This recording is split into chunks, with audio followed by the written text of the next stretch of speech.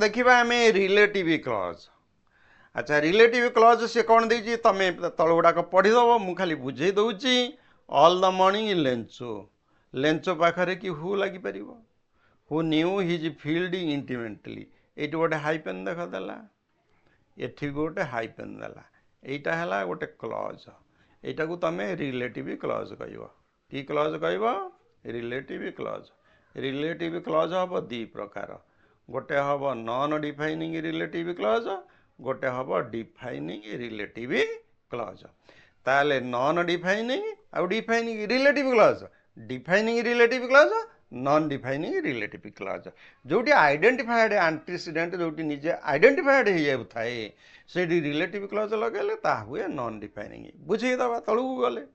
The utilised part of the woman who was preparing supper. अच्छा जी ए रोसई करूथला रिप्लाइड यस गॉड विलिंग भगवान कर इच्छा। ताले एटी सेंटेंस रे Lencho and the woman देख लेंचो हु का पई लागि लेंचो पई लेंचो को कहबो एंटीसीडेंट लेंचो कौन कहबो एंटीसीडेंट बा पूर्व पद सेमिति हु एटी का पई लागि oh man eighty oh man हला पूर्व पद क्लियर। एगुड़िक सब रिलेटिव प्रोनाउन यही भली रिलेटिव प्रोनाउन देख आ कौन अच्छी हु अच्छी हुज अच्छी हुइज अच्छी।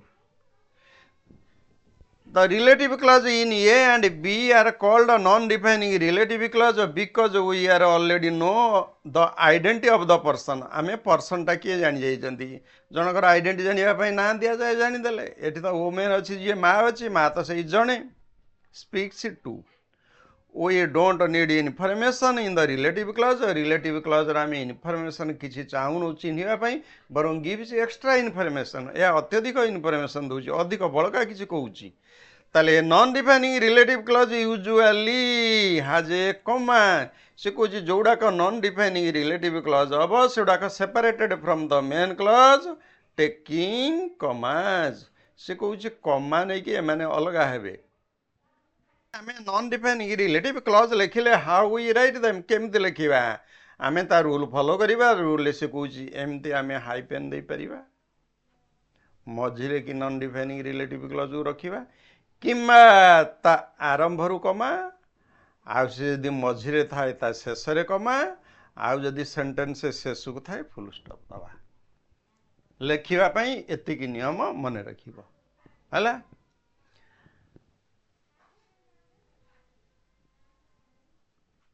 A non-defining relative clause usually takes comma in front of and a comma after it।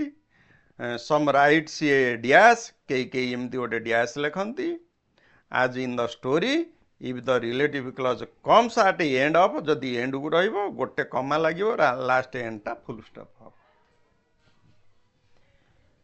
join the sentences given below से कहूची एटा होची एक नंबर सेंटेंस ताकरटा एटा एक नंबर सेंटेंस एटा हला दी नंबर सेंटेंस एमती दीटा सेंटेंस अछि से कहूची दीटा के सेंटेंस को तुमे जॉइन करो। अच्छा जॉइन करिवो कोन रिलेटिव प्रोनाउन हुइच लगेगी आमे केमती जॉइन करबा एटी तुमको स्टेप दे दउची आगे तमे आइडेंटिकल नाउन बा प्रोनाउन को देखिबो आइडेंटिकल अर्थात दीटा के वाक्य रे जी थिबो से होची आइडेंटिकल देखो दीटा के वाक्य रे की थिबो मु गार मार देली।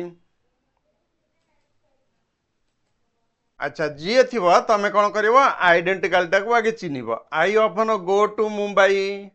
प्रथम वाक्य रे मुंबई द्वितीय वाक्य रे भी सही मुंबई तेनु आमे एई दीटा हला समान नाउन पद ए मुंबई पई कोन लागिवो से हुइच लागिवो बोली दे देइची ताने हुइच तमे आरंभ रे लगे देलो which is a commercial town तार एंटीसीडेंट की हबो आउ जो आइडेंटिकल नाउन ता थिला मुंबई मुंबई करगु लिखिवो दे सिद्धि सिस्टम हम लिखिली I often go to Mumbai जा अच्छी से रहिला। अच्छा द्वितीय रे मुंबई आसीबो ए मुंबई पई आमे कोन नै जंती रिलेटिव प्रोनाउन हुइची हुइच रु आरंभ हबो which is the commercial town of Odisha ना सॉरी इंडिया एटा हला नॉन डिफाइनिंग रिलेटिव क्लॉज कमा अच्छी ए कमा अच्छी शेषर कमा एटी कमा सेंटेंस शेष रे अछि एटी कमा रहिबनी एटी फुल स्टॉप रहिला क्लियर एबे द्वितीय वाक्य को आस my mother is going to host से कहूँ मो माँ आज एक टीवी शो करिवे कोउतिरे ना रोसई उपरे से एक टीवी शो करिवे host a TV show on cooking रोसई उपरे करिवे अच्छा ये आइडेंटिकल देखिबा my mother is going to host a TV show on cooking सी अच्छा सी जी माई मदर सी ये दुटा आइडेंटिकल अच्छा यहाँ प्रोनाउन ए प्रोनाउन को आम चेंज करिया प्रोनाउन पर से देछि कौन हु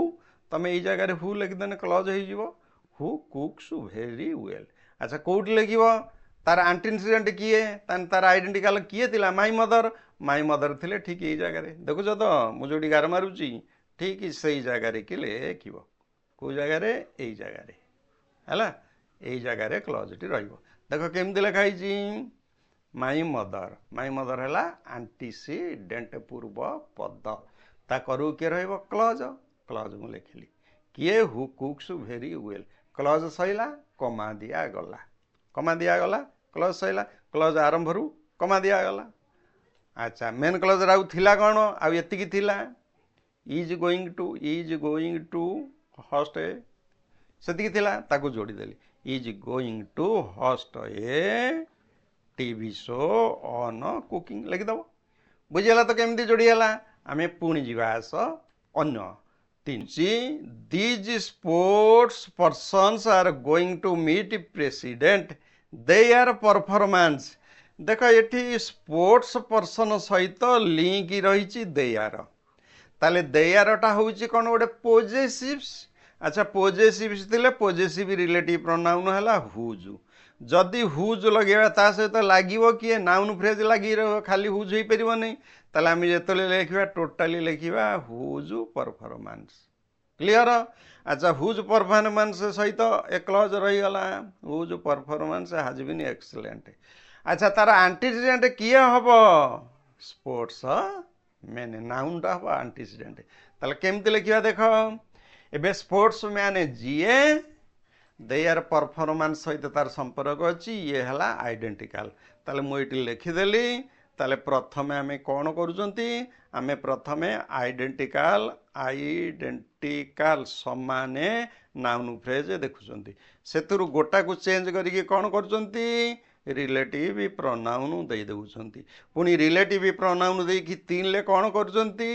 रिलेटिव क्लज करुचंती पुणी से क्लज को लिखुचंती कोठी ता आंटीसीडेंट पाखरे आंटीसीडेंट ये स्टेप मन रखिबो लिखिबो आदौ भूल हम नहीं देख मुझे क्लज कर दूची देख द स्पोर्ट्स मैन कौन एटा आंटीसीडेंट तार क्लज किए आसो देयर परफॉर्मेंस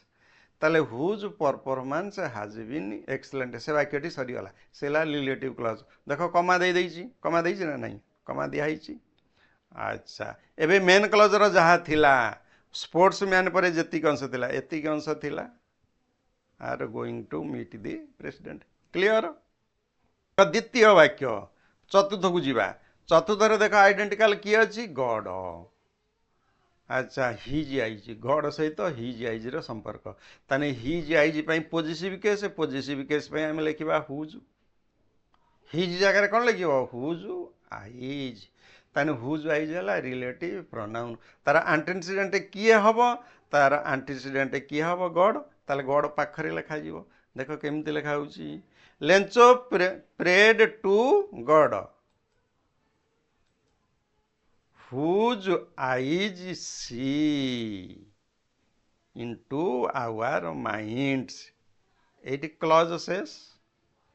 अच्छा क्लज शेष है जदि वाक्य शेष हुए फुल स्टॉप जदि मझे थाए कमा ये वाक्य शेष है फुल स्टॉप ताने Lencho prayed to God whose eyes see in our minds है एबे जीवा हम 5 नंबर आइडेंटिकल किए दिस मैन आउ किए हिम पे आम कौन लगेबा हुम को कौन लगेबा से सेंटेंस आगू आनिबा अच्छा यही सेंटेंस आगू आने कौन हम हुम आई ट्रस्टेड क्लज ए हला तार आंटीसीडेंट किए दिस मैन पाखु जाइए लिखा दिस मैन आंटीसीडेंट हम देख दिस मैन है द मैन डेफिनेटिव करदेली the man whom I trusted देख दिस मैन दी मैन हो डेफिनेटिव हो हुम आई ट्रस्टेड चिटेड मी शेष कौन दब फुल स्टॉप दब ये फुल स्टॉप ये कमा यही जो 4 गोटी स्टेप तुमको मु कहली ये 4 गोटी स्टेप नहीं कर तमर relative clause non identifying relative clause आपणा छाए किसी असुविधा हेनी।